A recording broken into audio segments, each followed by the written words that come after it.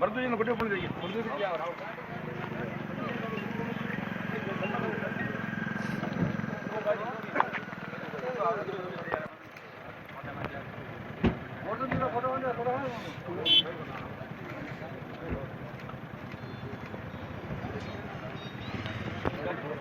घटनाक्रम बताइएगा।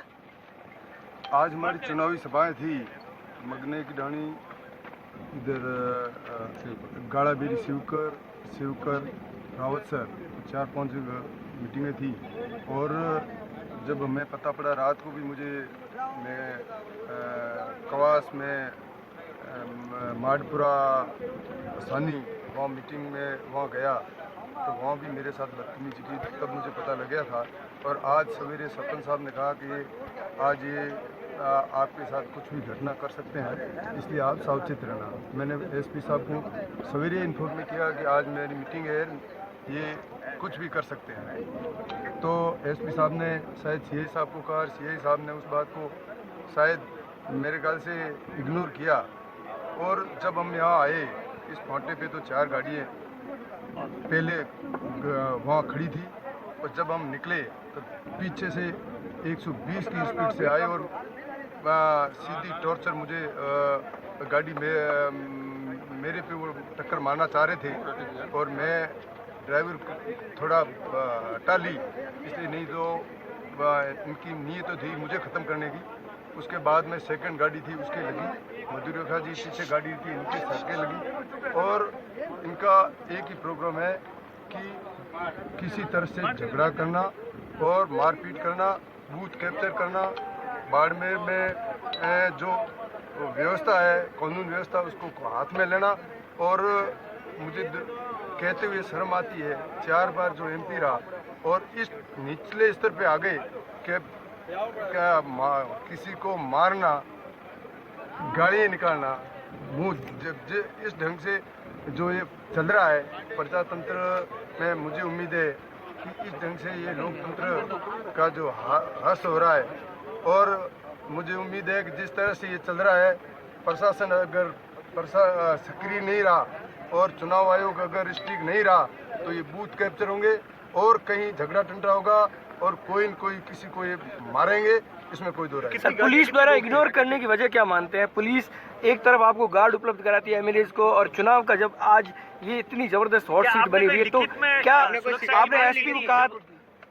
लिखित में मैंने पहले बात की, लिखित में की कि ये कुछ भी कर सकते हैं। तब मुझे एक जरूर गार्ड पहले दिया था। और उसके बाद में जब मुझे ये पता रात को मेरे पास घटना हुई, उससे पहले भी कर्नल साहब ने आपके फेसबुक आईडी पे भी देख लो कि मैं पहले ही इसका इलाज करूँगा, बनेगा। तो उनका पहले से ही है, जो जोधपुर डिवीज़न के सारे लड़के नौजवान सब इन्होंने जो बाड़मेर मंगा दिया है। और हर बूथ माते हर जगह इन गुंडों को गाड़ियाँ दे के भेजा है। और ये बूथ कैप्चर करने के लिए, मीटिंगें नहीं करने के लिए, और ये बाड़मेर का किस तरह से वातावरण बिगड़े और टॉर्चर करने के लिए कर्नल साहब ने ये सारी व्यू रचना रची है। और ये मैं चुनाव आयोग से भी शिकायत करूंगा, कलेक्टर साहब को और एसपी साहब को मैं कह चुका हूं कि तुरंत अगर रोका नहीं गया तो ये चुनाव होना, निष्पक्ष चुनाव होना मुश्किल। आज कितनी गाड़ियाँ थी और कितने लोग थे? करीबन 4 गाड़ियाँ थी और उसमें हर गाड़ी में लोग थे। अब उसमें मुझे 2-3 नाम तो याद है।